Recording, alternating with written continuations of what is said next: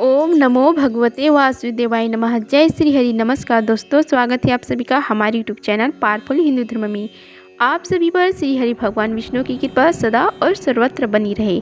आज हम आप सभी को पौष मास में श्रीमद् भगवत गीता के षष्ठम स्कंद में कथा अध्याय 7 का रसपान कराएंगे। अगले की कथा में हमने श्रवण किया था दक्ष प्रजापति के 60 कन्याओं के वंश का विवरण।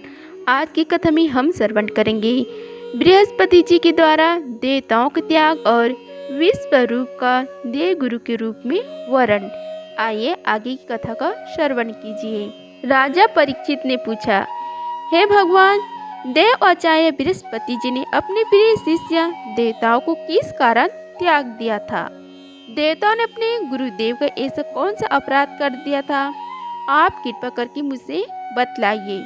श्री सुखदेव महाराज कहते हैं कि हे राजन, इंद्र को त्रिलोक का ऐश्वर्य पाकर घमंड हो गया था। इस घमंड के कारण वे धर्म मर्यादा का सदाचार का उल्लंघन करने लगे थे। एक दिन की बात है, वे भारी सभा में अपनी पत्नी सची के साथ ऊंचे सिंहासन पर बैठे हुए थे।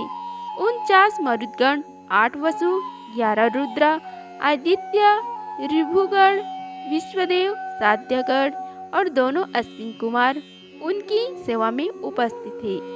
सिद्धाचारण, गंधर्व, ब्रह्मवादी मुनिगण, विद्याधर, अप्सराएं, किन्नर, पक्षी और नाग उनकी सेवा और स्तुति कर रहे थे। सब और ललित स्वर से देवराज इंद्र की कीर्ति का गान हो रहा था। ऊपर की ओर चंद्रमंडल के समान सुंदर श्वेत छत्र शोभामान था। पंखे आदि महाराजोचित सामग्रियां यथा स्थान सुसज्जित थी। इस दिव्य समाज में देवराज बड़े सुशोभित हो रहे थे। इसी समय देवराज इंद्र और समस्त देवताओं के परम आचार्य बृहस्पति जी वहां आए। उन्हें सुर असुर सभी नमस्कार करते हैं। इंद्र ने देख लिया कि वे सभा में आए हैं, परंतु वे न तो खड़े हुए और न ही आसन आदि देकर गुरु का सत्कार किया। यहाँ तक कि वे अपने आसन से हिले डुले तक नहीं। त्रिकालदर्शी समर्थ बृहस्पति ने देखा कि यह ऐश्वर्य का मत का दोष है। बस वे झटपट वहां से निकलकर चुपचाप अपने घर चले आए। हे परीक्षित, उसी समय देवराज इंद्र को चेत हुआ। वे समझ गए कि मैंने गुरुदेव की अवहेलना की है। वे भारी सभा में स्वयं ही अपनी निंदा करने लगे। हाय हाय, बड़े खेद की बात है कि भरी सभा में मूर्खतावश मैंने ऐश्वर्य के नशे में चूर होकर अपने गुरुदेव का तिरस्कार कर दिया। सचमुच मेरा यह कर्म अत्यंत निंदनीय है। भला कौन विवेकी पुरुष इस सर्वज्ञ राजलक्ष्मी को पाने की इच्छा करेगा? देखो तो सही, आज इसी ने मुझे देवराज को भी असुरों से रजोगुणी भाव से भर दिया। जो लोग यह कहते हैं कि सर्वभव राज सिंहासन पर बैठा हुआ सम्राट किसी के आने पर राज सिंहासन से न उठे, वे धर्म को वास्तविक स्वरूप नहीं जानते। ऐसा उपदेश करने वाला कुमार्ग की ओर जाने वाले हैं। वे स्वयं घोर नरक में गिरते हैं। उनकी बात पर जो लोग विश्वास करते हैं, वे पत्थर की नाव की तरह डूब जाते हैं। मेरे गुरुदेव बृहस्पति जी ज्ञान की अथाह समुद्र हैं। मैंने बड़ी चेष्टा की, अब मैं उनके चरणों में अपना माथा टेक कर उन्हें मनाऊंगा। हे परीक्षित, देवराज इंद्र इस प्रकार सोच ही रहे थे कि भगवान बृहस्पति जी ने अपने घर से निकलकर योग बल से अंतर्ध्यान हो गई। देवराज इंद्र ने अपने गुरुदेव को बहुत ढूंढा तथा ढूंढवाया, परंतु उनकी कहीं पता न चला। तभी गुरु के बिना अपने को सुरक्षित न समझकर देवताओं के साथ अपनी बुद्धि के अनुसार स्वर्ग की रक्षा का उपाय सोचने लगे, परंतु वे कुछ भी न सोच सकी। उनका चित्त अशांत ही बना रहा। हे परीक्षित, दैत्यों को भी देव गुरु बृहस्पति और देवराज इंद्र की अनबन का पता लग गया। तब उन्होंने मंदोमत और अतताई असुरों ने अपने गुरु शुक्राचार्य के आदेश अनुसार देवताओं पर विजय पाने के लिए धावा बोल दिया। उन्होंने देवताओं पर इतने तीखे तीखे बाणों की वर्षा की, उनके मस्तक, जंघा, बाहु आदि अंग कट कट कर गिरने लगी। तब इंद्र के साथ सभी देवता सिर झुकाकर ब्रह्म जी के शरण में गए। स्वयंभू एवं सामर्थ ब्रह्म जी ने देखा कि देवताओं की तो सचमुच बड़ी दुर्दशा हो रही है, अतः उनका हृदय अत्यंत करुणा से भर गया। वे देवताओं को धीरज बांधते हुए कहने लगे।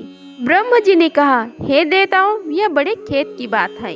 सचमुच तुम लोगों ने बहुत बुरा काम किया है। हरे हरे तुम लोगों ने ऐश्वर्य की मत से अंधे होकर ब्रह्मज्ञानी वेदज्ञ एवं संयमी ब्राह्मण का सत्कार नहीं किया। हे देवताओं, तुम्हारी उसी अनीति की यह फल है कि आज समृद्धिशाली होने पर भी तुम्हें अपने निर्बल शत्रुओं के सामने नीचा देखना पड़ा। देवराज देखो, तुम्हारे शत्रु भी पहले अपने गुरुदेव शुक्राचार्य का तिरस्कार करने के कारण अत्यंत निर्बल हो गए थे, परंतु अब भक्ति भाव से उनकी आराधना करके वे फिर धन जन से संपन्न हो गए हैं। हे देवताओं, मुझे तो ऐसा मालूम पड़ रहा है कि शुक्राचार्य को अपना आराध्य देव मानने वाले ये दैत्य लोग कुछ दिनों में मेरे ब्रह्म लोग भी छीन लेंगे। भृगुवंशियों ने इन्हें अर्थशास्त्र की पूरी शिक्षा दे रखी है। ये जो कुछ करना चाहते हैं उसका भेद तुम लोगों को नहीं मिल पाता। उनकी चाल बहुत गुप्त होती है। ऐसी स्थिति में वे स्वर्ग तो समझते ही क्या है। वे चाहे जिस लोक को जीत सकते हैं। सच है, जो श्रेष्ठ मनुष्य ब्राह्मण, गोविंद और गांवों को अपना सर्वस्व मानते हैं और जिन पर उनकी कृपा रहती है, उनका कभी अमंगल नहीं होता। इसलिए अब तुम लोग शीघ्र ही तत्वष्टा के पुत्र विश्वरूप के पास जाओ और उन्हीं की सेवा करो। वे सच्चे ब्राह्मण, तपस्वी और संयमी है। यदि तुम लोगों ने उनके असुरों के प्रति प्रेम को क्षमा कर सकोगे और उनका सम्मान करोगे तो वे तुम्हारा काम बना देंगे। श्री सुखदेव महाराज कहते हैं कि हे परीक्षित, जब ब्रह्म जी ने देवताओं से इस प्रकार कहा तब उनकी चिंता दूर हो गई। वे त्वष्टा के पुत्र विश्वरूप ऋषि के पास गए और उन्हें हृदय से लगाकर यो कहने लगे। देवता ने कहा, हे बेटा विश्वरूप, तुम्हारा कल्याण हो। हम तुम्हारे आश्रम पर अतिथि के रूप में आए हैं। हम एक प्रकार से तुम्हारे पितर हैं, इसलिए तुम हम लोगों की समयोचित अभिलाषा पूर्ण करो। जिन्हें संतान हो गई हो उन सत्पुत्रों का भी सबसे बड़ा धर्म यही है कि वे अपने पिता तथा अन्य गुरुजनों की सेवा करें। फिर जो ब्रह्मचारी है उनके लिए तो कहना ही क्या है। हे वत्स, आचार्य वेद की पिता ब्रह्म जी की भाई इंद्र की और माता साक्षात पृथ्वी की मूर्ति है। इसी प्रकार बहिन दया की, अतिथि धर्म की, अभ्यगत अग्नि की और जगत के सभी प्राणों अपने आत्मा की मूर्ति है, आत्मस्वरूप होते हैं। हे पुत्र, हम तुम्हारे पितर हैं। इस समय शत्रुओं ने हमें जीत लिया है। हम बड़े दुखी हो रहे हैं। तुम अपने तपोबल से हमारे यह दुख दरिद्र पराजय टाल दो। हे पुत्र, तुम्हें हम लोगों की आज्ञा का पालन करना चाहिए। तुम ब्रह्मनिष्ठ ब्राह्मण हो, अतः जन्म से हमारे गुरु हो। हम तुम्हें आचार्य के रूप में वरण करके तुम्हारी शक्ति से अनायासी शत्रुओं पर विजय प्राप्त कर लेंगे। हे पुत्र, आवश्यकता पड़ने पर अपनों से छोटों का पैर छूना भी निंदनीय नहीं है। वेदज्ञ को छोड़कर केवल अवस्था बड़प्पन का कारण भी नहीं है। श्री सुखदेव महाराज कहते हैं कि हे परीक्षित, जब देवता ने इस प्रकार विश्वरूप से पुरोहित करने की प्रार्थना की तब परम तपस्वी विश्वरूप ने प्रसन्न होकर उसे अत्यंत प्रिय और मधुर शब्दों में कहने लगा। विश्वरूप ने कहा, पुरोहितों का काम ब्रह्म तेज को छिन्न करने वाला है, इसलिए धर्मशील महात्माओं ने उसकी निंदा की है। किंतु आप मेरे स्वामी हैं और लोकेश्वर होकर भी मुझसे उसके लिए प्रार्थना कर रहे हैं। किसी इसी स्थिति में मेरे जैसे व्यक्ति भला आप लोगों को कोरा जवाब कैसे दे सकता है। मैं तो आप लोगों का सेवक हूँ। आपकी आज्ञाओं को पालन करना ही मेरा स्वार्थ है। हे देवगण, हम अंकिंचन हैं। खेती कट जाने पर अथवा अनाज की हाट उड़ जाने पर उसमें गिरे हुए कुछ दाने चुन लाते हैं और उसी से अपने देव कार्य तथा पितृ कार्य संपन्न कर लेते हैं। लोकपालो, इस प्रकार जब मेरी जीविका चल ही रही है तब मैं पुरोहिती का निंदनीय वृत्ति क्यों करूं? उससे तो केवल वे ही लोग प्रसन्न होते हैं जिनकी बुद्धि बिगड़ गई है। जो काम आप लोग मुझसे कराना चाहते हैं वह निंदनीय है। फिर भी मैं आपके काम से मुंह नहीं मोड़ सकता, क्योंकि आप लोगों की मांग ही कितनी है। इसलिए आप लोगों का मनोरथ मैं तन मन धन से पूरा करूंगा।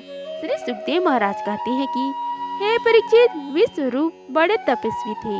देवताओं से ऐसी प्रतिज्ञा करके उनके वरण करने पर वे बड़ी लगन के साथ उनकी पुरोहिती करने लगे। यद्यपि शुक्राचार्य ने अपने नीति बल से असुरों की संपत्ति सुरक्षित कर दी थी, फिर भी सामर्थ्य विश्वरूप ने वैष्णवी विद्या के प्रभाव से उनसे वह संपत्ति छीनकर देवराज इंद्र को दिला दी। हे राजन, जिस विद्या से सुरक्षित होकर इंद्र ने असुरों को सेना पर विजय प्राप्त की, उसका उदार बुद्धि विश्वरूप ही उन्हें उपदेश किया था। इस प्रकार श्रीमद् भागवत गीता के षष्ठम स्कंद में कथा अध्याय 7 का समाप्त हुआ। अगर आप सभी को यह वीडियो अच्छी लगी होगी तो वीडियो को लाइक कीजिए, चैनल को सब्सक्राइब कीजिए और कमेंट बॉक्स में जय श्री हरि लिखिए। धन्यवाद। मिलते हैं अगले वीडियो में, तब तक के लिए जय श्री राधे कृष्णा।